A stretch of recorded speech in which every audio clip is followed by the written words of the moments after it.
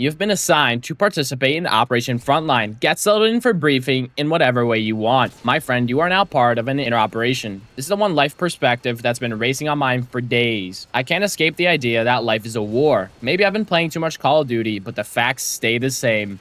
Whether this is your first inner operation, you've commenced more than one, it doesn't matter. I'm going to tell you how life is our war that we all go through. Strap in and get ready, because this is Operation Frontline. Let's get into the first point that really makes me think about this, and that's that life is your enemy. How is life your enemy, you may ask? Let's say you wake up. There's a part of you that thinks, I don't want to get out of my bed. You know, you have to fight to get out of your bed. Let's say you wake up really tired, or you had a really rough night. Getting out of your bed could be a battle. And regardless of what you think, in our day, we have so many micro battles, like we have to make the decision to brush our teeth. We have to make the decision to do the things that we have to do. Could be showering, could be meditating, could be reading, could be going to school, could be going to work. And we have to fight as well to avoid comfort, because comfort's going to weaken us, right? We have to fight on the front lines. We have to stay strong. We have to avoid comfort, avoid the candy, avoid the fast food, avoid the I don't want to work out today mentality, avoid the oh, I will do it tomorrow. When you go through life and you have all those little things, it's almost little battles, and the more you let life win against you, the more you lose when it comes to life. That's why when we refer to people in terms of how good they do, we refer to them as winners and losers, right? The people who win the small micro battles against life every single day are the people who we talk about, the famous people, the rich people, the people who don't get there in an accident, the people who work for what they have to do. Do some people inherit their success or a certain amount of money? Sure. They don't have much of a fight. Their parents did all the fighting for them, or their ancestors. But most of us, we're not in that situation. And every day we have to fight against our enemy. You know, life's a fight. And the second we stop, that's when we lose. As long as you don't throw in the towel, then you're all good, right? Another thing that makes me think about this, right? Imagine life is a tug of war. Life pulls, you pull, life pulls, you pull. If you're strong enough and you keep pulling, you're gonna pull through. That's the saying, right? So as long as you can keep life and don't let it tug on you and drag you to the dark side, and you stay on the side of consistency, strength, discipline, kindness, and overall upholding high expectations and high standards in your own life, in your own way, right? But one can only fight for so long, right? The way I think about it is, if you're not going to fight for your progress, then decay is going to win. You got to keep fighting. You got to stay in the game. Life is your enemy at large, but you have the micro enemies. You know, you have its soldiers like comfort and sicknesses and weaknesses and your environment. There are so many things that are trying to get at you, trying to stop you from being great. So many things you have to fight against. I want you guys to ignore all of that. Take your mentality, keep fighting, push against weakness, push against life. Be on the offensive in life. Don't be on the defensive. Because once you start defending, you're not moving forward. You're just staying the same. And life is going to apply pressure. And it's hard. And that pressure can do damage after a certain amount of time. It's going to drag me into my next point here, which is about how life breaks you, just like war. And I've been thinking about this the last couple of days. I've been thinking about it, right? We may not be armed forces and going through PTSD and all things like that, right? We all go through things that make going through life a little bit harder. It could be loss. It could be whatever. You understand these things. It could be failure. It could be a struggle. It could be wanting something but not having it in the time frame that you desired. Or it could be a breakup. You know, for some people out there, a breakup can really break them, and it takes a long time for them to come back and realize, okay, let's jump back into it. Let's get back to hitting the goals, staying focused, being determined. I've gotten over them. We're back in the game. But for some people, when it comes to a breakup specifically, I guess they just never get over it. Some people, not everyone. I hope that's not you watching this. If you are in that scenario, I want you to just realize what happened. You got to move on. You got to move forward. Don't look in the past. Look forward. Keep it going.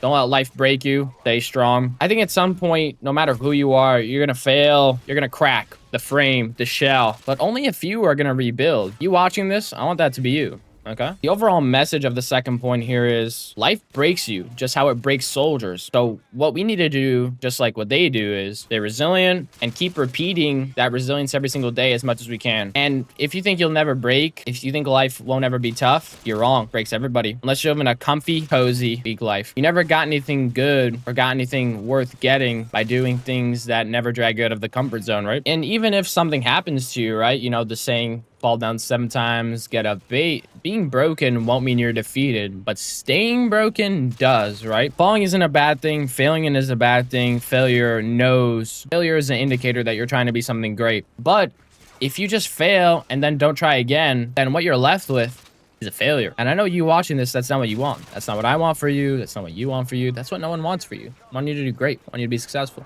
So if you fall, doesn't matter. Get back up. Do your thing. It's great. Another perspective about war is that, like war, you must kill. Wait, how is life like war? And you're talking about killing? I don't want to kill anybody. I'm not telling you to. I'm not telling you to go all Dexter, start being like Dexter, start going around doing some bad things. Let's say like that. All right. But the things you are going to have to kill, your old habits. So that's the drinking. That's the substances. That's the excessive pleasure. That's the neglect of self. You got to remove the laziness, the lack of discipline. You know, you got to kill that. And when someone talks to us and says, why are you lazy? Or why are you doing this? A lot of us, we give excuses. Those got to go too. You got to kill them. All excuses, got to die. You got to kill them. Bow, bow, bow, bow. I don't have time. It's this person's fault. There's this reason. This person got lucky. No one got lucky. Whatever excuse you have for not pushing yourself to become the best version of yourself, let them go. Drop them. Even if they may be valid, don't give yourself an out in the game of life. Every inadequacy that we have will never be perfect, but we can do our best to take care of the big ones. So here's the actionable thing that I'll give you guys. Whatever the big problem is in your life, whatever the big inadequacy you're feeling, like I really struggle in this area, think about one actionable step that you can do to overcome that inadequacy and go do it today. Today, tomorrow, I don't care. Just get it done. At least think about it. The first step of solving a problem is knowing that it exists. And we won't know, we don't think.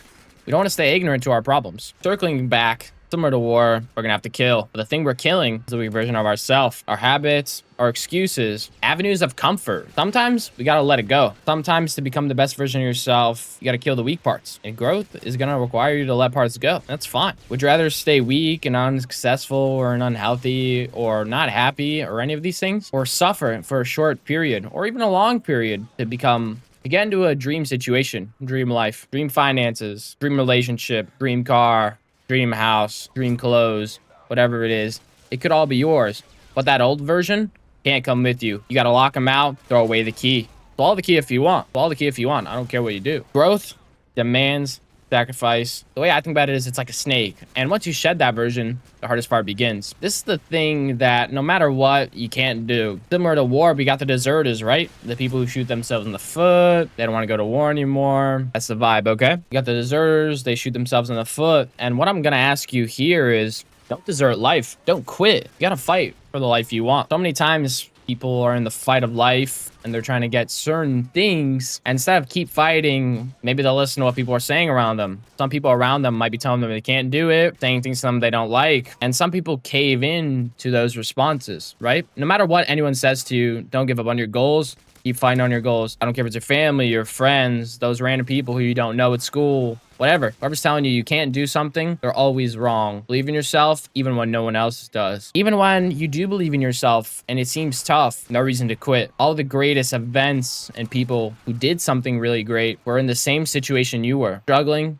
suffering, but they didn't do this one thing. They didn't quit. They kept going. Winning's nice and all, but you can't win if you don't stay. You can't win a game you're not playing, right? Life, like I said, is our war, and it's a long one. You have no time to quit. And even if you're towards the end or in the middle and you think you can't run anymore, you think you can't do it, you got to muster up whatever you got. I don't care if you got to reset, you got to sit down in a chair, take a break, but get up and keep running the marathon. It doesn't matter as long as you don't stop. And I feel like what people don't talk about is that staying and not quitting, not deserting life, that is a skill. Just like how we hold the front lines, we hold the diligence in our life, you gotta hold the line. And to me, this is gonna lead into final understanding. I want you all to never stop fighting for your goals because dreams stay on the pillow. I could have said never stop fighting for your dreams, but I didn't. You have goals, and like I said, dreams stay on the pillow. You're a soldier, and together, we're stronger. Find a squad of brothers who are like-minded and defeat the enemy. That is our unfulfilled potential. It'll be the hardest thing you ever did, but the most worthwhile. I have good news. You don't have to go looking for your squad of brothers. You're here, and I welcome you. And we all welcome you as well. I welcome you, and they do as well. I want the best for you in all your endeavors. If you enjoyed, then like and subscribe. If you're serious about winning your war, then comment down below what you're going to change to get closer to victory. This has been Interops, where the inner desire for success decides the outward operations to achieve it.